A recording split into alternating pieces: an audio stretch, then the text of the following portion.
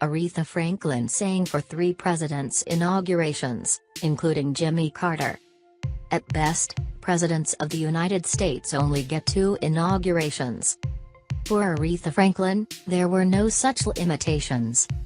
Franklin sang for 3 different presidents' inaugural events, one time warbling mere inches away from the about-to-be sworn-in leader of the free world himself, Barack Obama, on the west front of the U.S. Capitol.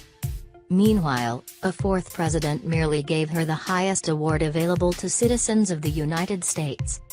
Franklin's hat, an oversized, Swarovski crystal-studded bow, may have sucked up some of the attention on that historic January 20, 2009 day when Obama officially became the first African-American president. But Obama watched intently and smiled gently throughout her stunning rendition of "My Country, 'Tis of Thee." During his second term, he actually teared up when Franklin sang at the Kennedy Center Honors. Singer-songwriter Carole King was being honored in December 2015, and when a fur coat sporting Franklin sat down at a piano on stage and launched into a performance of King's "You Make Me Feel Like a Natural Woman," cameras caught First Lady Michelle Obama nodding and mouthing the words while her husband ducked his head and wiped at his eye. Bill and Hillary Clinton were seated near Obama at his inauguration, and the former president was no doubt remembering when Franklin sang before his first swearing-in. In fact, the Queen of Soul headlined a concert that kicked off the entire Clinton-Gore inaugural in 1993. Dubbed America's Reunion on the Mall, the 2-day event on the National Mall between Capitol Hill and the Washington Monument drew a record-setting crowd of 1 million people. And it all began with a 2-hour concert where Franklin was joined by an only-in-America classic lineup of performers that included Bob Dylan, Tony Bennett, LL Cool J, Diana Ross and Michael Bolton. When word got out that Franklin was gravely ill, she was clearly in Clinton's tweeted-out thoughts.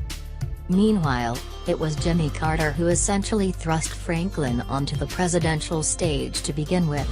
When the Plains native and former Georgia governor prepared to take office in January 1977, he made clear he wasn't going to let Washington, D.C. change him.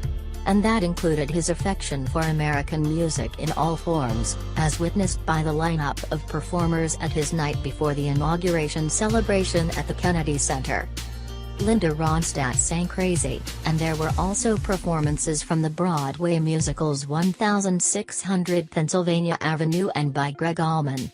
But the highlight of the nationally broadcast Jimmy Carter's inaugural gala was undoubtedly Franklin singing "God Bless America," which had been written by Irving Berlin. And if you think only Democratic presidents appreciated Franklin's talent and contributions to the country, think again. During President George W. Bush's second term, he awarded the Queen of Soul the Presidential Medal of Freedom. The Queen of Soul revolutionized American music, the citation from Bush read. She is among our nation's greatest musical artists and has captured the hearts of millions of Americans. The United States honors Aretha Franklin for her lifetime of achievement and for helping to shape our nation's artistic and cultural heritage.